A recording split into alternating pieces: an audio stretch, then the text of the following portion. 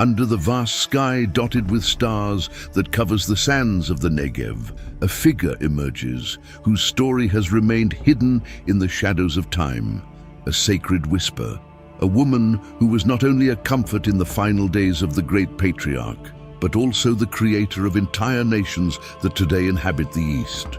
While the world reveres Sarah's faith and Hagar's trials, the scriptures preserve the secret of Keturah, whose name means incense, and whose life was the ultimate fragrance that sealed the promise that Abraham would be the father of many generations.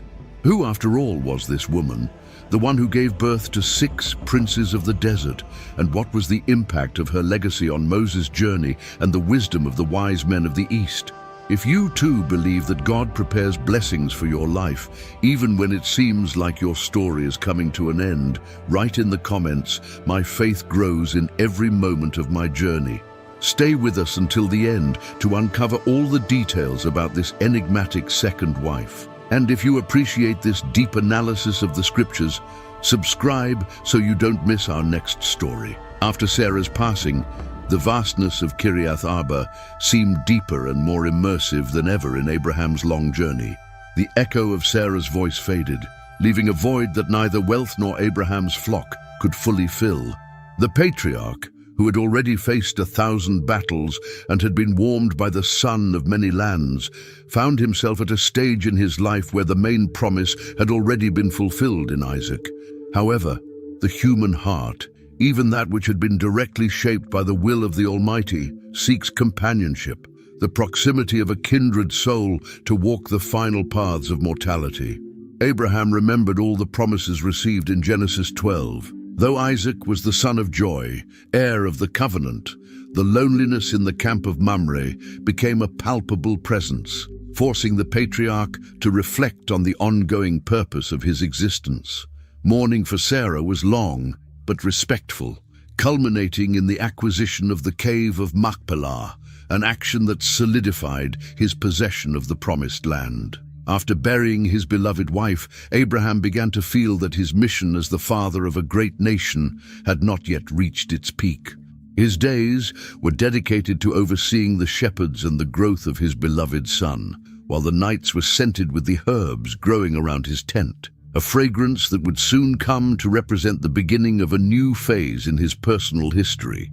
This search for renewal was not motivated by a lack of faith, but by a renewed vitality that God seemed to have infused into his being, allowing him to glimpse a future beyond the known horizon. The air of Canaan was thick with expectations, preparing Abraham for the transition from an exclusive covenant with Isaac to the expansion of the generations that his name would bring. It was in this atmosphere of introspection and quiet renewal that the name Keturah began to intertwine with the thread of sacred history, not as a replacement, but as an extension of the divine plan, encompassing more than a specific lineage, but multiple tribes and peoples. Abraham walked through the fields, observing the sheep sheltering from the shadows, while he felt his own shadows extending, not only due to the sunset, but by the arrival of a new light. Melancholy did not represent despair, but rather a spiritual preparation for the fulfillment of the promise made by God under the stars of Hebron. The stillness of his tent, once shared with the laughter and counsel of Sarah, became a place of meditation, where Abraham understood that mourning was not an end, but rather a bridge that would lead him to the final fulfillment of his vocation as the father of many nations. Canaan, which had already witnessed his steps, seemed to silently await the arrival of the woman who would complete his earthly life cycle. Not a woman who would erase Sarah's memory, but one who would illuminate the future, carrying the name of God to distant territories. Each whisper of the wind among the oaks of Mamre seemed to carry with it a promise of renewal, a message that God's work in Abraham was not yet finished, for many chapters were yet to be written under his divine providence. This silence became an expectant prayer, a blank canvas where the hand of God began to paint a new picture through a union that would challenge human ideas about old age and legacy.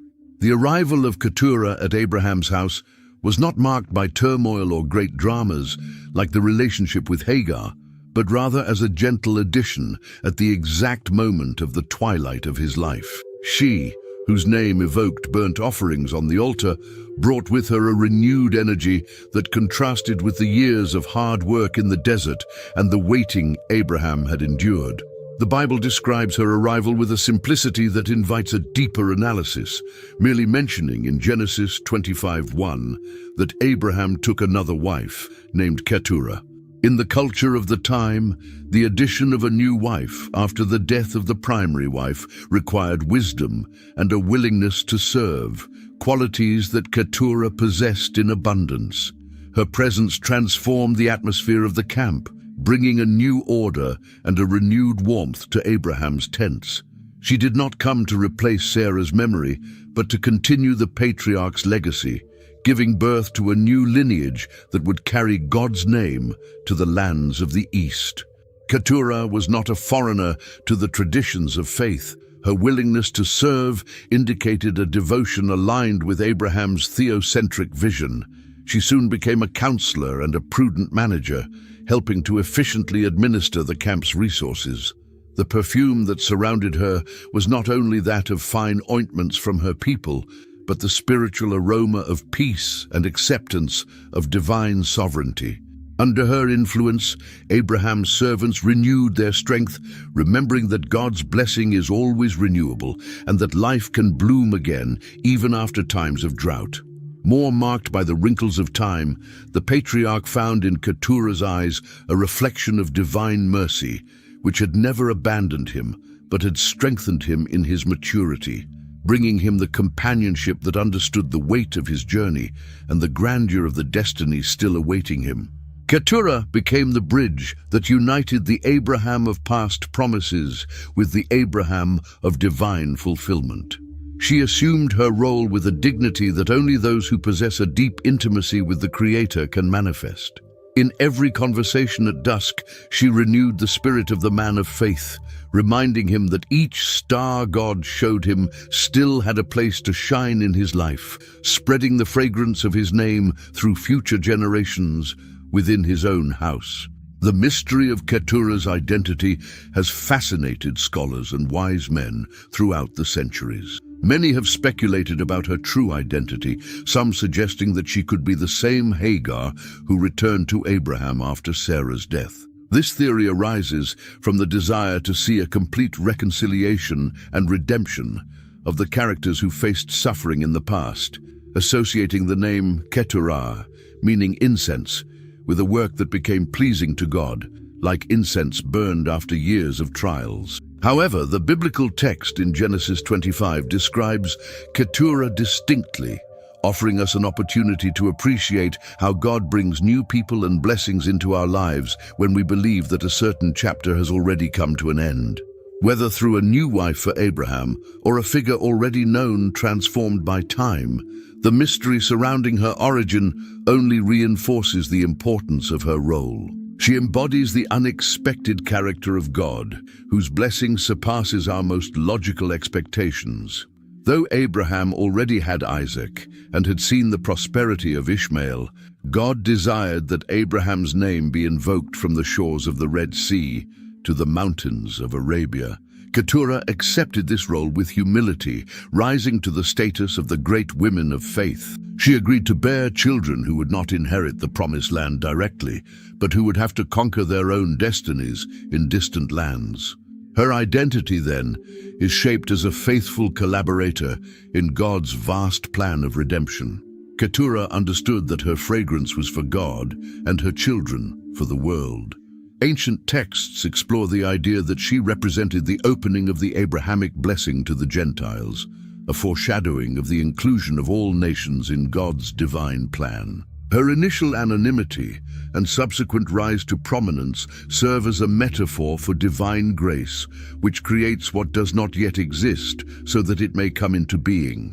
Keturah did not need a royal lineage on display to validate her position, as her validation came from her fertility and the joy she brought to the patriarch's old age. The debate over whether she was Hagar or a new wife highlights the depth of the biblical text, which allows for multiple interpretations without losing its historical essence. If she were Hagar, it would be a story of restoration. If she were a new wife, it would be a story of transformation and unlimited expansion. In both cases, Keturah emerges as a figure of redemption, victory over loneliness, and personifies the promise that, in the end, there will be light. She reminds us that the later years of a person's life can be spiritually the most productive. Her mystery serves as an invitation to trust in God, who has contingency plans for critical moments in life, surpassing our imagination.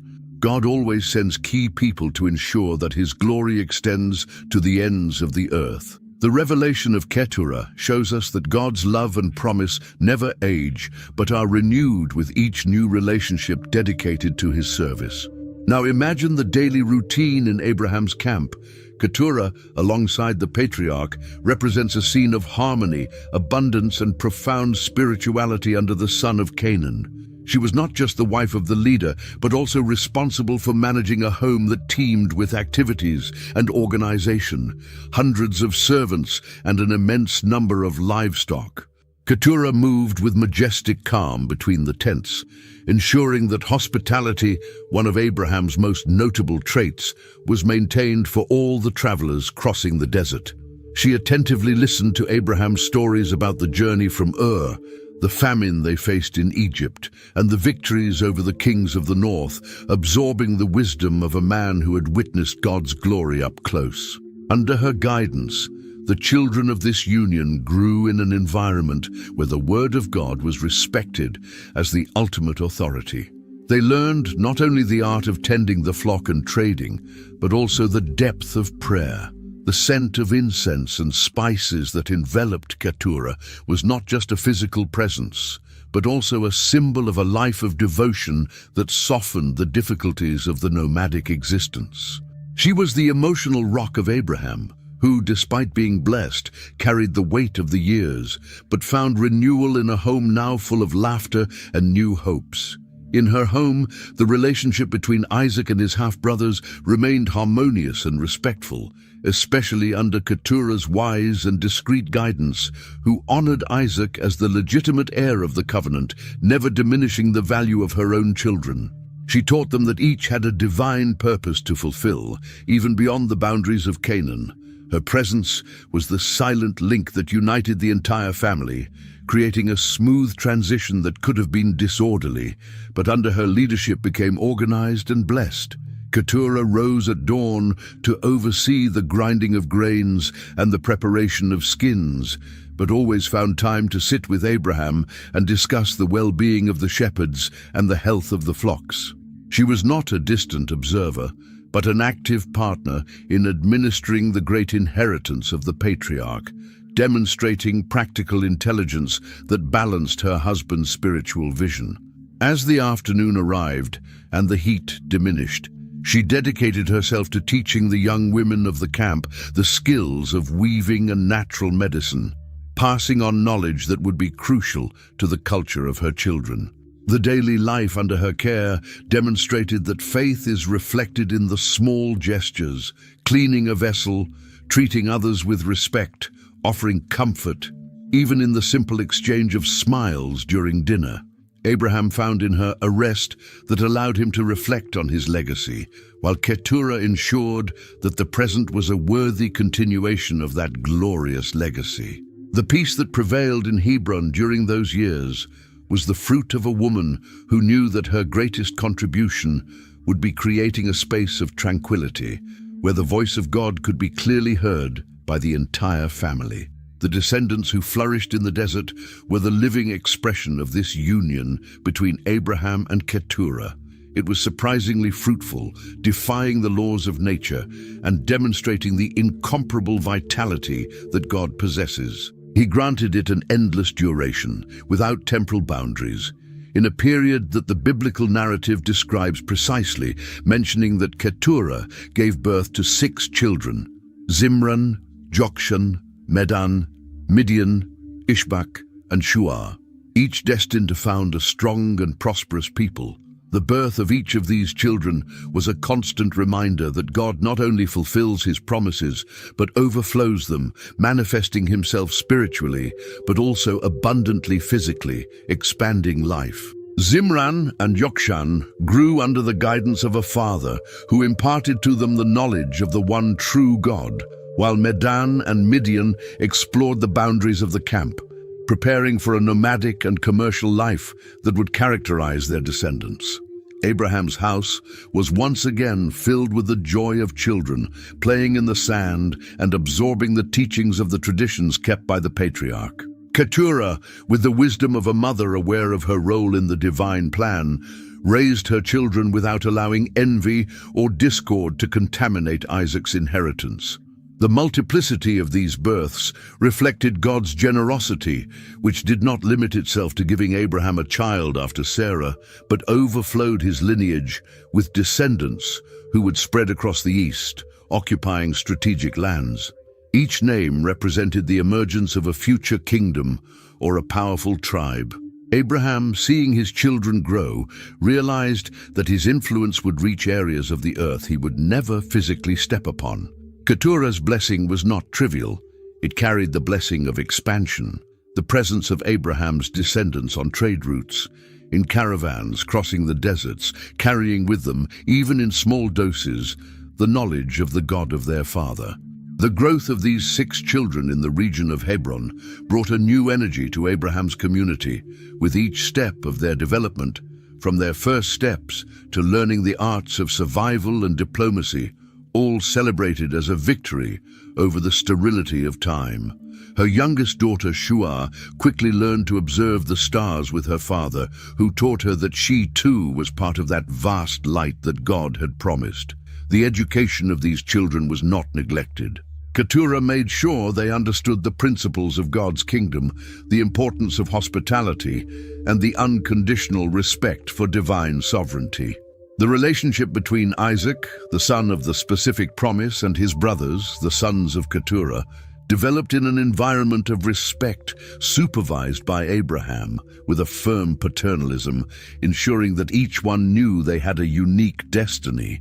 The desert, far from being a barrier, became a training ground where the character of future leaders of the eastern regions was forged. These men carried in their DNA the resilience of their mothers and the faith of their father. Thus, Keturah's descendants prepared to be the blessed diaspora of Abraham, a multitude of voices that would sing the glory of God, each in their own tongues and lands, which were just beginning to emerge on the map of ancient history. Midian, among all Keturah's children, stands out with a particular brilliance in the biblical narrative.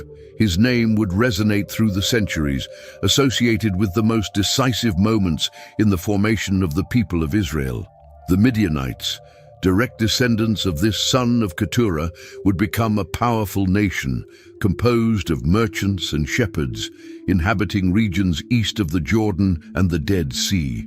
It is fascinating to see how the divine plan allowed a son to be born from Abraham's second wife, fulfilling a crucial role in God's promises to the nations. The same people who, many years later, would offer shelter to Moses during his flight from Egypt. The story of Midian serves as a reminder that God sows blessings in unexpected places, which with time transform into abundant fruits. It was out of necessity that Jethro, priest of Midian, not only welcomed Moses, but also gave him his daughter Zipporah in marriage, offering him valuable advice, inspired by God, on leadership and governance. When one sees Midian at the feet of Abraham, no one would imagine that this lineage would be deeply intertwined with the liberation of the people who would emerge from Isaac. This connection shows that Keturah was not just a secondary figure, but a crucial piece in the divine plan, a vital part of the structure that would shape the future. The influence of Keturah's children extended also to the trade of spices and gold, as described in Isaiah 66, where the multitudes of camels from Midian and Ephah are mentioned, bringing gold and incense in worship of God.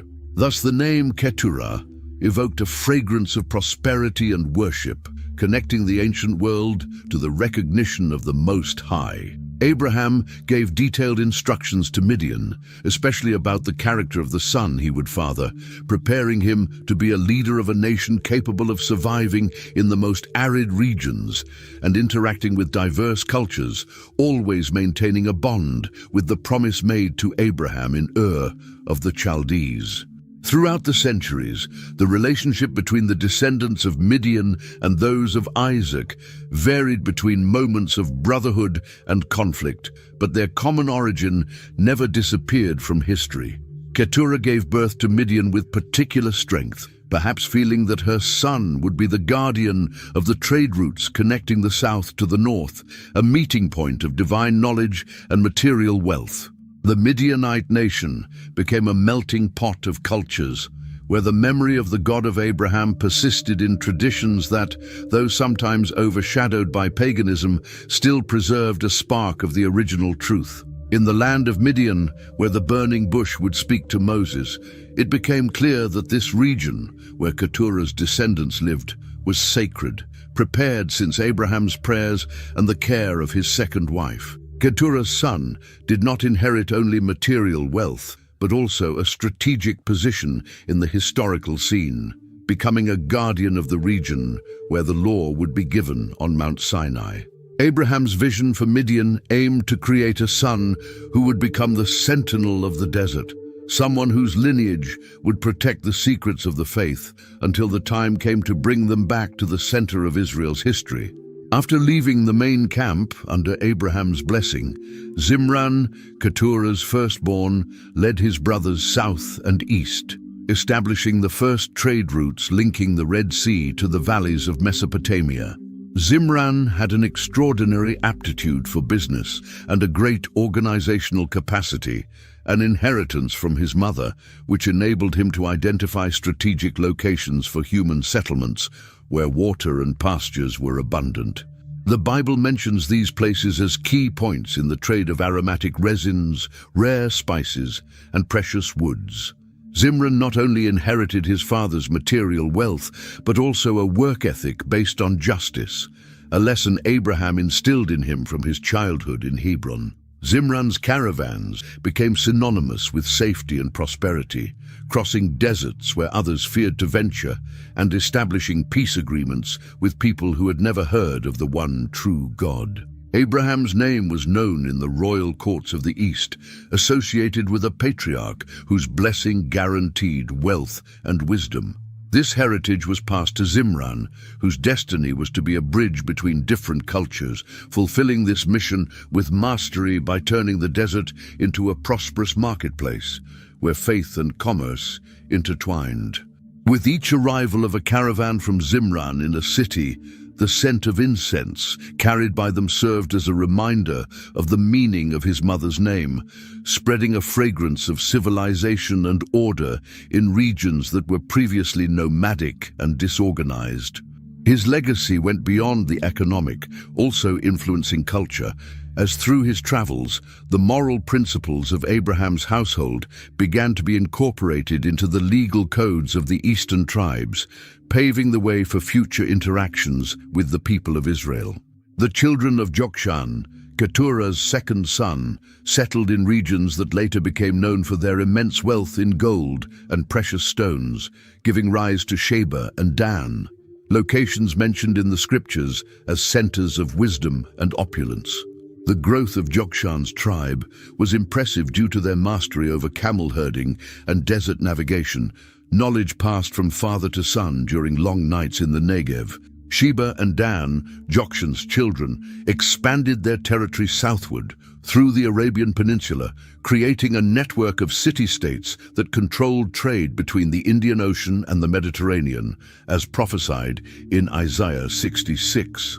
With the camel caravans covering the land, bringing gold and incense, the prophecy was linked to the vitality of this branch of Abraham's family. Jokshan, another son of Keturah, kept the tradition of Abraham's hospitality alive, building wells and shelters along the most remote routes, ensuring that the stranger always found relief under his protection. The education he received from Keturah centered on resilience and observing nature, allowed him to thrive in an arid environment, transforming it into an empire of trade. The descendants of Keturah were not only merchants, but also wise men who studied the stars and kept meticulous records of their family history, ensuring that the bond with Abraham was preserved across generations. The influence of his children was so great that even centuries later, the Queen of Sheba sought Solomon to test his wisdom. This connection highlights the intellectual and spiritual legacy that Keturah passed on to her second son. Thus, the lineage of Jokshan became a vital economic and diplomatic force in Abraham's expansion eastward, showing how divine blessing translated into the ability to build prosperous and lasting civilizations, such as the eastern strongholds of Midian. Medan, Abraham's third son with Keturah, was entrusted with the responsibility of ensuring the protection of the eastern borders, founding fortified settlements that protected his family against attacks from northern tribes. His character, more military and austere than Jokshan's, reflected the aspect of Abraham seen in his youth when he rescued Lot. Medan understood that the peace enjoyed by his family was the result of constant vigilance and dependence on divine protection. Under his leadership, the Midianites perfected advanced stone construction techniques and rainwater harvesting systems, allowing their cities to prosper on high plateaus. Keturah instilled in Medan a sense of duty and protection for the vulnerable, making him a respected judge among neighboring tribes who turned to him for wisdom in resolving territorial disputes. While Midian was better known, Medan played a key role in the stability that enabled the flourishing of trade routes without the fear of plundering. His children specialized in metallurgy, manufacturing essential tools for agriculture and defense.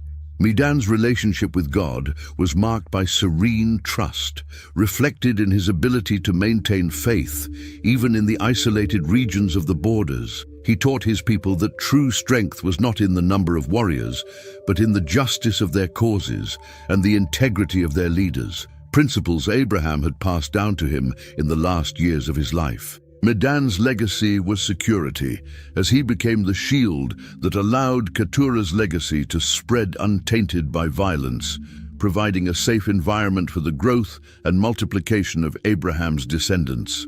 Ishbak, Keturah's fifth son, traveled to the mountainous regions of the northeast, where the climate was mild and the land fertile, ideal for cultivating vineyards and olive groves. Inheriting Abraham's introspective nature, he preferred the quiet life of the mountains to the hustle and bustle of trade routes. Ishbak became the guardian of hospitality, building inns and shelters for those fleeing wars in the plains. Keturah had taught him that serving others was a way to serve God, and Ishbak embodied this lesson with legendary generosity. His descendants, the Ishkites, were known for their music and poetry, which they used to preserve the stories of Abraham and the virtues of their mother. In Ishbak's mountains, faith was expressed through art and beauty, creating a refined culture that attracted those seeking truth. Abraham often told Isaac that the voice of God is most clearly heard in the silence of the high mountains, and Ishbak carried this advice in his heart, establishing places of worship that became spiritual beacons amidst pagan darkness. Ishbak's prosperity was not measured in material wealth, but in the quality of relationships and the peace that reigned in his valleys. Through him, Keturah's name became associated with spiritual comfort, the elevation of the soul, showing that Abraham's children possessed artistic and mystical qualities that complemented the strength of their other brothers. Ishbak maintained a special connection with his mother, sending her the best oils and wines from his harvests annually as a symbol of gratitude for the education he received. His legacy was proof that God's blessing also flourishes in the peaceful valleys, far from political power, yet close to the heart of humanity. Suah, Keturah's youngest son, stood out early for his remarkable intellect and charisma, becoming the founder of a lineage of wise men and counselors who would influence the courts of the ancient world. It is believed that from his lineage came Bildad the Shuhite, one of Job's friends who, despite some errors, possessed vast knowledge of natural and divine laws. Suah dedicated himself to compiling Abraham's teachings on creation, justice, and human destiny, creating a vast oral library passed down through his descendants. Keturah quickly recognized her youngest son's talent and encouraged him to seek wisdom above material wealth, reminding him that the fear of God is the beginning of knowledge. Suah's descendants settled in the fertile lands of Upper Mesopotamia, where they became diplomatic mediators and experts in astronomy and medicine. Abraham entrusted Suah with the secrets of his relationship with God, which did not require the priestly inheritance of Isaac, but were available to all humanity through reason and observation. This branch of Keturah's family represented the intellectual facet of Abraham's legacy, showing that faith is not blind, but based on a deep understanding of the order established by the Creator. Suah taught his children to discern between the eternal and the temporary, a lesson that allowed his tribe to survive the fall of neighboring empires. Suah's influence extended to the sages of the East, who, centuries later, followed the celestial signs to seek the King of the Jews, thus connecting the end of Abraham's life with the messianic fulfillment. Suah's legacy was the enlightenment of the human mind, ensuring that Abraham's thought was not just a ritualistic religion, but a philosophy of life capable of answering the deepest questions of humanity at any time. Abraham, in dividing his wealth and legacies, demonstrated a clarity of vision acquired after more than a century walking with God. He understood that he needed to act with justice and prudence to ensure future peace among his children. In Genesis 25:5-6, we see the clear distinction of how he gave all that he had to Isaac, while to the children of his concubines he gave gifts and sent them to the east, away from Isaac, while he was still alive. This decision was not an act of rejection, but of preventive love and obedience to the spiritual hierarchy established by God. Keturah, seeing her children receive these gifts, understood that their inheritance was not in Canaan, but in the freedom of the vast eastern lands. What Abraham gave to the children of Keturah was substantial, consisting of livestock, silver, gold, and knowledge, enabling them to prosper independently. By sending them eastward, Abraham expanded his influence, fulfilling the promise that his descendants would be like the stars of the sky, countless in number. This act of physical separation avoided territorial conflicts and gave each branch of Abraham's family the opportunity to develop under the protection of the Almighty. It was a strategy aimed at expansion, not the specific inheritance of the promised land, a carefully planned move, a family diplomacy guided by divine wisdom, ensuring that Keturah's lineage received the necessary resources to prosper in the new lands God had destined for them. Abraham spent long hours elaborating these plans. This process of distribution occurred in a meeting with Keturah, where he explained the need to ensure that each of his children had their own space, so that the central promise given to Isaac would not be overloaded. Abraham provided them with seeds, tools, and a fair share of his material possessions. But above all, he gave them his oral blessing, a spiritual power that, in ancient times, was decisive for the success of a lineage. Instead of feeling excluded or harmed, these children actively engaged in preparing the caravans, ensuring that when they left, they took not only wealth, but also the legacy of a mother who prioritized peace over material goods. The departure of the children was carefully organized, with the patriarch overseeing all the details. Under the shade of the great tree, he gave his final instructions on how to make alliances with other tribes and how to maintain the integrity of the justice principles they had learned at home. This strategy not only ensured that Keturah's children would not become a burden to Isaac, but that they would transform into a network of allies and prosperous merchants surrounding Israel with a wall of prosperity and respect. Abraham's generosity toward these children reflected his trust in God's unlimited provision, showing that giving to others does not diminish what one already has when living under the blessings of the Almighty. Seeing his children leave, rich and blessed, Keturah experienced the peace of having fulfilled her role as the mother of the Eastern nations, accepting her withdrawal from the main stage to give way to the prophetic fulfillment of Sarah's son. The solitude that Keturah may have experienced with the departure of her 6 children was softened by the serenity of knowing that her mission had been fulfilled. She gave life and a lasting purpose to entire nations, who would carry with them the essence of Abraham for generations. Keturah spent weeks preparing everything for the journey, ensuring that her children had the necessary supplies, food, water, and protection for the days ahead. During this time, she gave precious advice on how to maintain unity among them and preserve their father's teachings when they encountered unfamiliar lands surrounded by strangers. In the final moment, there were no tears of despair, but words of encouragement and whispered blessings, reminding them that the God who had guided Abraham from Chaldea would continue to guide them eastward. As Keturah watched the cloud of dust rise as the camels departed, she felt the emptiness of separation, but also the satisfaction of a duty fulfilled. Her renunciation of physical contact with her children for the sake of the divine plan depicted her as a woman of immeasurable value, capable of prioritizing eternal destiny over temporary satisfaction. Keturah's sacrifice in allowing her children to follow their own paths enabled them to become patriarchs, founding their own peoples and replicating the blessing they witnessed in their homeland. She knew that true love is not restricted, but advances toward the fulfillment of the divine purpose. In this detachment, Keturah found her true glory as the mother of nations, being Abraham's spiritual inheritance. Although her children were scattered across distant regions, far from the center of the promise in Canaan, the spiritual inheritance passed on by Keturah was still present in the traditions and deep respect of the peoples for Abraham.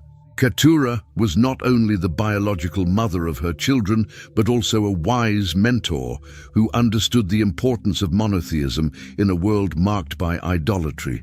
She saw Abraham offering sacrifices and prayers to God and passed this reverence to her children, including Joksan, Zimran, and the others, assuring them that their lives were the fruits of a special divine blessing. Keturah's influence is reflected in how the descendant peoples, such as the Midianites, dealt with the concept of divinity, often demonstrating a morality that surpassed the views of neighboring pagan nations.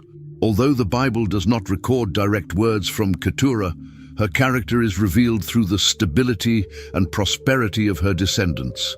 She embodied the grace of God, which extends even to those who come later in history, showing that in God's kingdom there are no delays, only perfect moments for each purpose. Her life alongside Abraham was a clear example that God's blessing is cumulative and that familial peace is possible even in the most complex family structures when there is clear submission to God's will.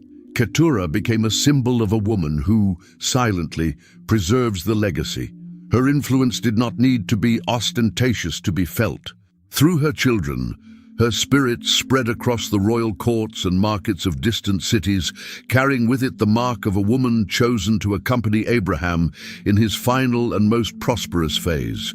Her spirituality was not manifested in great fanfare, but in a constancy seen in attention to detail and the preservation of family harmony, even in the face of daily difficulties. Keturah taught her children that the God of Abraham was not a local God, but the creator of the heavens and the earth, a truth that would accompany them on their journeys through the arid sands of Arabia. She instructed them on the importance of honoring God's word, acting with integrity in business, and showing compassion for strangers, virtues that Abraham modeled in his life. This spiritual mark allowed Keturah's descendants to maintain a moral connection with the lineage of the promise, even as their religious practices diverged over time. The strength of Keturah's character was reflected in the resilience of her children in the face of the adversity of the desert, always reminding them that they were children of a man who had spoken face to face with God. Keturah was the guardian of a flame, which, although smaller than Isaac's, illuminated vast regions where the light of truth began to reveal itself. Her spiritual legacy cannot be measured by the temples built, but by the decency and fear of God that her children brought to the nations they founded. They became a living testimony to the power of the influence of a godly mother, capable of shaping the destiny of entire continents. Although the physical separation was imposed by Abraham to avoid conflicts, the relationship of respect and cooperation between Isaac and Keturah's children remained strong. Isaac, as the primary heir of the covenant and the promised land, maintained communication with his brothers from the east, exchanging news about Abraham's health and the prosperity of the lands each governed. This secret alliance allowed Abraham's family to remain united even at a distance, in a joint effort to preserve the legacy and plan of God. After Abraham's death, the external pressures from the Canaanites and Philistines increased, but the Bible, in Genesis 25:9, records that both Isaac and Ishmael buried him together. However, it is important to know that Keturah's children also paid their respects and ensured stability at the borders during this period of transition. Keturah worked tirelessly so that her children would not see Isaac as a rival, but as the protector of the spiritual promise from which they also benefited, albeit indirectly. This harmonious coexistence within the family reflected the power of faith, capable of uniting what geography and circumstances try to divide. Keturah's children sent fine horses and valuable spices to Isaac, while he in turn shared with them the spiritual revelations and wisdom that God had entrusted to him. This mutual support was crucial for the promise of success to prosper, especially in times of fragility. Keturah's role as mediator and mother of peace was a legacy that outlasted her life. Her children, in respect to what she had taught them, never lifted a hand against the son of the promise. This fraternal loyalty ensured that Abraham's blessing flowed unhindered, creating an environment of prosperity that spread throughout the region. The relationship between the two branches of the family was a testimony that God's will can be fulfilled with order and affection, without the need for fratricidal wars, as was the case with other ancient dynasties. The promise of being the father of many nations, which Abraham received from God, was fulfilled each time one of Keturah's children journeyed eastward. Abraham observed the realization of this promise as it had been revealed to him in Genesis 15, when he contemplated the stars. The multiplication of his descendants through Keturah was proof that father of multitudes was not just a metaphor, but a concrete reality with real geopolitical dimensions taking shape. The nations that arose from these 6 children, the Zimranites, Jokshanites, Midianites, and others, began to populate the trade routes, connecting great civilizations and acting as cultural and economic intermediaries. Keturah was responsible for enabling this expansion, proving that Abraham's blessing had a global reach. Abraham's name, which might not have been known in many parts, became respected and feared where Isaac could never reach. This advance to the east was decisive for the development of ancient history, as Keturah's descendants became the guardians of the deserts and leaders of the caravans. God used Keturah's fertility to ensure that Abraham's influence spread. This expansion was not limited to a small territory, but was like the fragrance of incense spreading throughout the world. Reflecting on this, we realize that Keturah was chosen for a mission of epic proportions as the mother of the desert nations, with her legacy always intertwined with the history of the chosen people. Her contribution reminds us that in God's plan, each branch of the family tree has a specific role. Keturah was responsible for ensuring the international presence of Abraham's descendants. The impact of this promise materialized with each new generation that arose in the lands of Arabia, where Keturah's legacy translated into prosperous tribes and cities. Abraham, watching his children spread across the map, smiled, knowing that God's word had exceeded his own expectations. Keturah not only gave him children, but also the certainty that Abraham's name would never be lost, for it would be remembered in the sands of the most distant deserts and in the songs of the most remote nomads. The great multitude of descendants was not a divine miscalculation, but a strategy to spread the message that Abraham was truly blessed by the Almighty. Keturah was the driving force behind this blessed dispersion, giving concrete form to Abraham's spiritual promise. Keturah's story is deeply intertwined with the story of the world, showing that Abraham's blessing is a river that divides into various branches, irrigating the whole earth. Keturah was the source of many of these channels, shaping the destiny of the East. Although the biblical narratives focus on the sons, Keturah's daughters and daughters-in-law played a crucial role in consolidating the new nations and transmitting the monotheistic faith. Keturah, as matriarch, formed a network of strong and resilient women full of practical wisdom who supported the social structures of the tribes in formation. They were responsible for educating the children, ensuring that the first word that came from their lips was a prayer to the God of Abraham. Additionally, they were masters in herbal medicine and textile management, which allowed the men to focus on trade and protection. Keturah's influence was reflected in the dignity with which these women acted, demanding respect and acting as counselors to their husbands in times of crisis. The harmony in the tribes of Zimran and Midian was largely due to the ability of these women to mediate conflicts and keep alive the peace traditions taught by Keturah. Abraham, for his part, recognized the strength of the women around him and saw in them the same spirit of faith he had seen in Sarah. Keturah's daughters not only preserved the culture, but also carried the fragrance and order to distant lands, transforming tents in the desert into homes of refinement and spirituality. Her silent work was the glue that kept the tribes united during long migrations, demonstrating that Abraham's blessing was not only for men, but for the entire human family aligned with his purpose. The legacy of Keturah's women is a story of resilience and devotion, an invisible force that ensured the light of truth never dimmed during the journey. One of the greatest contributions of Keturah's descendants was the preservation of the worship of the God of Abraham in regions where idolatry was predominant. Under her guidance, her children established simple altars and prayer practices based on a direct relationship with the Creator, without relying on the sacrificial systems that would later be formalized in the Tabernacle of Israel.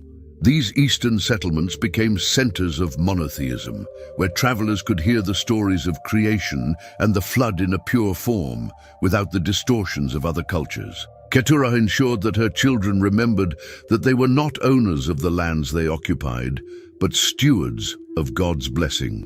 This humility was also reflected in their manner of worship, and the influence of this simplified Abrahamic worship can be seen in the figure of Jethro, the priest of Midian. Later, he would clearly perceive God's intervention in the liberation of Egypt. Keturah's household acted as a spiritual bastion, preserving the flame of faith in the East. While the Israelites went through centuries of oppression and silence, Abraham guided Keturah's children in the foundations of divine morality, teachings that were transformed into oral traditions and passed down with impressive faithfulness. This network of believers from the East played a vital role, ensuring that throughout biblical history there were always voices outside of Israel who recognized the sovereignty of the one true God. The impact of Keturah on the spiritual formation of her family was so deep that her children never fully departed from their roots, maintaining a sense of identity and purpose that set them apart from the corrupted Canaanite peoples. The fragrance of their faith contrasted with the moral decay around them, allowing Abraham's descendants to prosper with integrity that impressed even their contemporaries. Keturah also implemented an efficient communication system between the tribes of her children. This system, which used foot messengers and camel riders, allowed information and decrees to be transmitted quickly between settlements. Inspired by the structure Abraham used to manage his flocks, the system helped maintain cohesion among the nations generated by Keturah's 6 children. Annually, representatives from Zimran, Jokshan, Medan, Midian, Ishbak, and Shua would gather at a central point in the desert to renew their brotherhood pacts and share advancements in agriculture and trade. Keturah presided over these early meetings, urging her children not to allow distance to weaken their fraternal love for one another. This system also served to send messages to Isaac's household, ensuring that the lineage of the promise was always informed of the events in the east. The communication network of Keturah's children surprised neighboring civilizations, often marked by mutual distrust. Keturah's children understood that information was power, but a power used for peace, order, and shared prosperity. Abraham watched with pride the growth of his family, recognizing that Keturah's strategic mind was the force behind this organization. Her ability to respond quickly to crises allowed Keturah's tribes to avoid many of the famines that ravaged the region, sharing resources in a spirit of solidarity. This model of intertribal cooperation anticipated later confederations and demonstrated that God's blessing promotes unity and administrative excellence. Keturah's legacy in this aspect was the creation of an interconnected community that, although geographically dispersed, beat with the same heart and shared vision for the future. In architecture, Keturah's descendants developed open constructions in harmony with the landscape, contrasting with the Canaanites, who built walled cities based on fear. Using local materials, Keturah's cities were known for their beauty and functionality, with inner gardens and ventilation systems that kept the environments cool, even under the desert heat. Abraham had taught his children that the home should reflect divine order, and Keturah translated this idea into architectural designs that prioritize the well-being of the family and hospitality for strangers. In Midian and Jokshan, Keturah's children built structures that withstood the adversities of the environment, becoming centers of learning and culture. The skill of Keturah's children in stone and woodwork was so renowned that artisans from other nations came to learn from them. These cities were not only centers of power, but also refuges of peace, where the spirit of civilization was palpable in every corner. The influence of the time on urban architecture was evident in the organization of public wells and prayer spaces, ensuring that the community had access to what was essential, both physically and spiritually. This construction model left an indelible mark on the history of the East, impacting the architectural styles of later generations. Keturah's cities became living testimonies that Abraham's blessing brought with it a higher order capable of transforming the desert into a prosperous garden of civilization. Keturah's diplomacy also played a key role in maintaining peace with neighboring nations. Alongside Abraham, she frequently acted as a discreet diplomat, mediating tensions with local chiefs and ensuring peace treaties that allowed her family to grow peacefully. She had a natural eloquence and a great ability to listen, which disarmed even the fiercest warriors, teaching them that trade and cooperation were far more advantageous than war.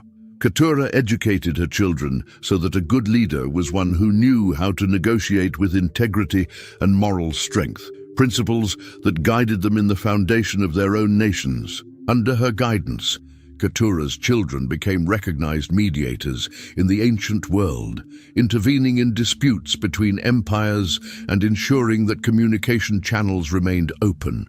Her reputation for impartiality, justice, and practical wisdom was the greatest shield for Abraham's descendants in the East. Abraham, at peace, knew that Keturah was raising leaders who not only knew how to wield the sword, but also how to handle words and alliances. Keturah's diplomacy was rooted in respect for God's sovereignty, recognizing that every people had its place in his divine plan. With an inclusive but firm vision, she ensured that her children were not absorbed by pagan cultures, allowing them to maintain their unique identity while interacting constructively with the world around them. The gentleness of Keturah's diplomacy softened the harshness of international relations in her time, weaving a network of allies that protected the eastern flank of the Promised Land. Keturah's legacy was an era of relative peace, allowing Abraham's descendants to multiply without the constant conflicts, showing that the wisdom of a devoted woman can alter the political course of an entire region. One often overlooked aspect of Keturah's legacy was her vast knowledge of the therapeutic properties of desert plants and minerals. This knowledge, passed down in detail to her descendants, played a crucial role in the survival of their tribes. Her name, associated with incense, was no coincidence. Keturah mastered the chemical and spiritual properties of resins and essential oils, using them not only in acts of worship, but also as treatments for ailments and wounds. When she settled in Abraham's camp, Keturah created a true center for the teaching of natural medicine, where she passed on this wisdom to women and children, teaching them to identify roots and leaves that could save lives in the isolation of the desert. This knowledge became one of her children's greatest assets, enabling them to thrive in environments where others would perish due to diseases. The tribal doctors of Midian and her descendants were known for their skill in treating complex illnesses with methods that, when compared to modern ones, might seem advanced. Abraham greatly valued this gift from his wife, considering it a manifestation of divine providence for the care of the human body. Keturah taught that health was the balance between the spirit, mind, and body, and that God had placed in nature all the remedies necessary for the well-being of his creatures. The wisdom she shared along Zimran's trade routes spread throughout the ancient world, making Keturah's children known as bearers of healing and well-being. The perfume emanating from their tents was not just a pleasant fragrance, but a reminder that, under the care of Abraham's descendants, there was hope for the sick and relief for those who suffered. Keturah's legacy, with her botanical and medicinal knowledge, was one of the most tangible ways to see the matriarch's blessing manifest in the daily lives of the nations, uniting science and faith for one purpose: to serve humanity. As her children started their own families, Keturah took on the role of great-grandmother and mentor to the third generation, ensuring that Abraham's grandchildren grew up with a clear identity and a sense of divine destiny. She received the children on their visits to the main camp or sent instructions to her daughters-in-law on how to shape future leaders. Keturah emphasized the importance of historical memory, encouraging her grandchildren to memorize the promises made to Abraham and the story of his journey from Ur, so they would never forget that they were strangers and pilgrims seeking an eternal city. Her education was holistic, combining spiritual teachings with physical exercises and social responsibilities. She taught her grandchildren to be courageous in the face of danger, but humble before God, reminding them that true greatness lies in service. Abraham watched with pleasure as children from different tribes gathered around Keturah, all united by respect for the matriarch who reminded them of their common origin. The childhood education provided by Keturah was fundamental in ensuring that the nations of her children maintained cultural and religious cohesion, even with geographical dispersion. She taught them to observe nature not as an object of worship, but as the Creator's masterpiece, instilling in them a scientific curiosity balanced with deep reverence. Keturah's legacy in her grandchildren was that of a generation of men and women who knew who they were and where they were going, avoiding the identity crises that often destroy great families. Her influence ensured that Abraham's blessing was transmitted not only as a material inheritance, but as an ethical and spiritual code that shaped the behavior of millions in the East for centuries. In the last years of her life, Keturah dedicated herself to preparing the generational transition, ensuring that each of her children had well-trained leaders and a solid governance structure for when she and Abraham were no longer present. She did not cling to power or influence, but worked humbly to empower the next generation, teaching them to trust in God's direct guidance. Keturah spent time with each of her children, offering personalized advice based on the specific characteristics and challenges of their territories. She reminded them that their greatest treasure was not gold or camels, but peace between them and faith in one God. Abraham understood that in Keturah, God had given him not just a companion in old age, but the architect of the future of his vast family. The process of transition was smooth and blessed, marking the shift from a patriarchal structure centralized around one person to a network of independent nations, united by a common origin. Keturah ensured that the records of her house were organized and that the treaties with Isaac were ratified by her children before God. Her wisdom in the succession process prevented the conflicts that often arise after the death of a great leader. She left behind an organized house, prosperous children, and a vibrant faith ready to face the challenges of future generations. Keturah's legacy proved that a life well lived is one that prepares the way for the success of those who come after, sowing wisdom that will be harvested by others. Her fragrance grew stronger with time, not by the strength of her physical presence, but by the depth of her spiritual influence, which was already felt throughout the East. Keturah ensured that Abraham's name and the God who called him would never be forgotten in the lands where the sun rises. In the final years of Abraham's life, Keturah became his constant companion, holding his hand while the patriarch reflected on the long journey he had traveled. Abraham's journey began in Ur, in the land of the Chaldeans. Genesis 25:7 reveals that he lived for 175 years. During his last years, much of that time was spent under the care of his second wife, Keturah, who was a silent and attentive witness to the final prayers of a man who walked with God. She prepared his meals and ensured that his final days were not solitary, but peaceful and filled with family. Her presence was a true divine blessing, allowing Abraham to close his life surrounded by the serenity of a growing family. Keturah listened carefully to Abraham's reflections on God's faithfulness, the sacrifice of Isaac on Mount Moriah, and the promises still to be fulfilled. She sought no recognition, but rejoiced in being the constant support for God's friend. This period of Abraham's life reveals a human and affectionate side of his faith, where marital love and mutual respect intertwine with an eternal purpose. Abraham, strengthened by Keturah's presence, was able to organize his final moments with clarity and assurance, knowing she was a woman of integrity who would respect his wishes. Keturah's fragrance filled the space in Abraham's final breaths, creating an atmosphere of holiness and peace, preparing the ground for his reunion with his ancestors. She was undoubtedly the grace that God brought at the end of a life of sacrifices, demonstrating that the Lord cares for his servants until the last moment, providing them with companions and divine comfort. Keturah knew how to read Abraham's silences, perceiving when he needed company or when he preferred to be alone to meditate on God's promises. She ensured that Isaac's visits were moments of joy and relief, helping to ease the transitions of authority within the camp. Her care was not limited to the physical, but enveloped Abraham in an atmosphere of honor and reverence, ensuring that even the youngest of the servants saw him as God's anointed. On the coldest nights, Keturah was the warmth that warmed Abraham's tired bones, the man who crossed rivers and deserts obeying the divine call. She became the guardian of his peace, protecting his rest and guiding him in his final moments.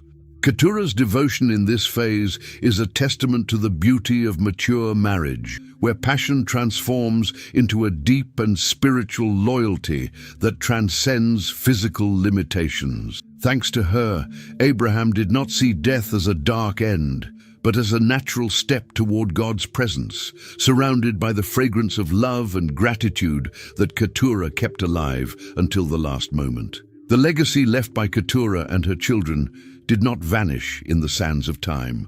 On the contrary, their names were marked in history and the geography of the biblical world. Joseph, one of her sons, became the father of Sheba and Dan, names that frequently appear in prophecies and ancient commercial records.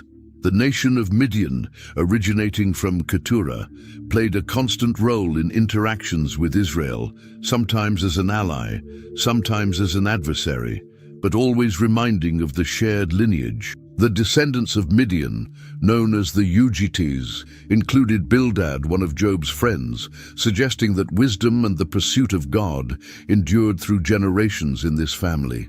These children of Keturah profoundly impacted Eastern culture, being recognized for their skill in trade, courage in war, and deep knowledge of desert trade routes. Keturah's influence extended even indirectly to the New Testament through the cultures surrounding Israel.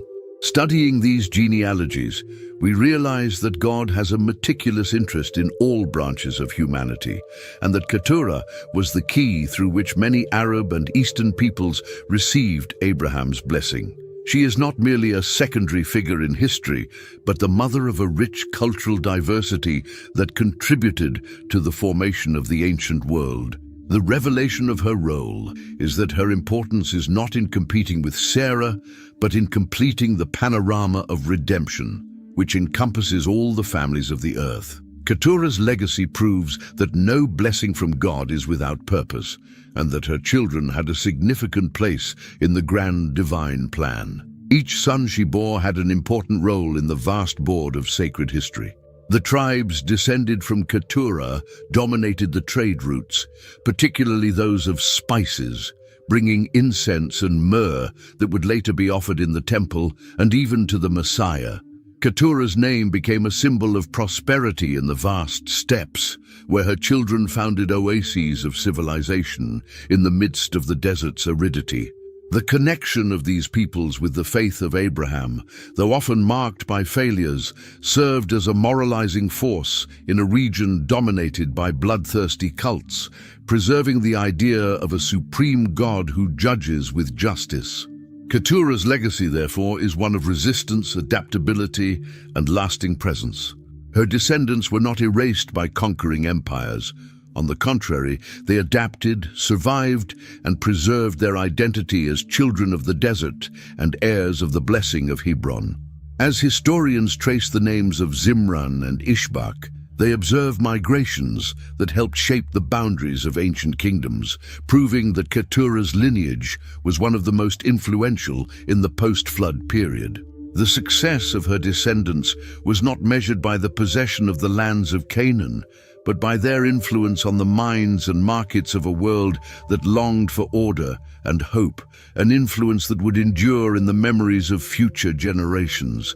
Although the Bible focuses more on the story of Isaac and Ishmael after Abraham's death, Keturah remained alive in the collective memory of the Eastern peoples, being remembered as the woman who brought a new fragrance to the patriarch's home. Keturah's story teaches us that even in the later moments of life, God always has more to offer, and that life can bloom, overcoming all adversities. Her obedience brought forth a lineage that transcended borders, and Isaac's children never forgot that Keturah's descendants represented the vast extension of Abraham's family and the responsibility to be a light to their relatives. Keturah became a symbol of hope for those who feel on the margins of great narratives, showing that her role was crucial in the expansion of God's kingdom. Her life challenges us to look beyond the obvious and perceive God's hand in people and events we often ignore. The fragrance of her life, her patience, her fertility, and the wisdom with which she raised children who would found nations remains like a pleasant incense rising to God's presence. She teaches us that being the second does not mean being inferior, but rather having a distinct and complementary mission in God's perfect plan. In the grand biblical picture, Keturah's thread is a vibrant and essential color that connects Abraham's covenant to the rest of the Eastern world. Her memory was reclaimed by those who seek in the scriptures the forgotten names that support the structure of the divine plan. Keturah represents all those who faithfully serve in the final phases of a great project, ensuring that nothing promised is lost. In the nomadic markets, her name was cited as an example of a woman who knew how to generate life in abundance, while others saw only the end of her journey. Her story is a balm for the weary soul, reminding us that the stages of life do not limit God's power to perform wonders through us. By honoring Keturah, we honor the multifaceted wisdom of a God who does not limit his glory to a single lineage, but uses every encounter and every dedicated union to weave a network of blessings that encompasses the whole earth. Keturah's legacy, with her silent faith and productive spirit, continues to resonate today, inviting us to carry the same spiritual fragrance that she brought into Abraham's house. A fragrance that does not dissipate over time, but strengthens with each generation, that recognizes the sovereignty of God. When Abraham exhaled his last breath at the age of 175, as described in Genesis 25:8, Keturah was present to witness the end of an era. The Bible records that Isaac and Ishmael united to bury their father in the cave of Machpelah, a moment of family unity facilitated by the atmosphere of peace Keturah helped cultivate. After Abraham's death, Keturah's trace fades gently from the pages of history, but her impact remains. She was already secure in the nations her children were forming. She lived her final days satisfied, having been the companion of the man who transformed the world and the mother of the cities that would carry her name into the future. She didn't need a stone monument, for her legacy was represented by the caravans crossing the desert and the altars her children, in their own way, built to the God of Abraham. Keturah's life concluded in the same way it began, with silent dignity and a fragrance of faithfulness. Her story ends, reminding us that anyone who comes into contact with God's promise is transformed and used for a greater purpose. Just as incense perfumes the environment, the fragrance of Keturah's life spread, and she gave herself completely to her family and to Abraham's purpose, leaving a trail of life and blessing that we can still recognize with admiration and gratitude when we open our Bibles. After Abraham's departure, Keturah became a revered matriarch, not only by her descendants, but by all who remember the order and prosperity of her house. She did not seek to take for herself what belonged to Isaac, but withdrew with the dignity of one who knows they have fulfilled their mission with excellence. Her end was reserved for great souls, a serene transition into eternal rest, aware that her children were firmly established as leaders in their own lands. The silence that endures at the end is a silence of respect and reverence, a necessary moment to reflect on the magnitude of a life that, though briefly mentioned, holds the foundational pillars of human history. Keturah remains the best-kept secret of Abraham's blessing. She demonstrated that love and fertility are gifts God can grant at any moment for his glory. As we close this chapter, we understand that Keturah was not a replacement for Sarah, but a necessary expansion of the promise, of the essence. The conclusion of her life sealed the patriarch's journey with a sign of complete fulfillment. Her story is a praise to the faithfulness of God, who never lets any detail slip from his divine plan. The figure of Keturah finally merges with the horizon, where the desert meets the sky, reminding us that no life is small when placed in the hands of the Creator. As we observe the vastness of the nations that were born from her womb and the wisdom her children spread throughout the world, we understand that she was one of the greatest accomplishments of a man called God's friend. Keturah leaves us an eternal lesson. The blessing does not end with difficulties, but finds new ways to flood the earth with its fragrance. If this story has touched your heart and you feel that God still has a great purpose for your life, share in the comments below. Lord, may my life be a fragrance for your glory. We know that Keturah's legacy continues to inspire those who, at the end of their trials, await a brilliant dawn. Subscribe to continue discovering the mysteries that the Word reveals to those who seek with their hearts. And share this story so that others may remember that God always fulfills his promises in his time and with his grace.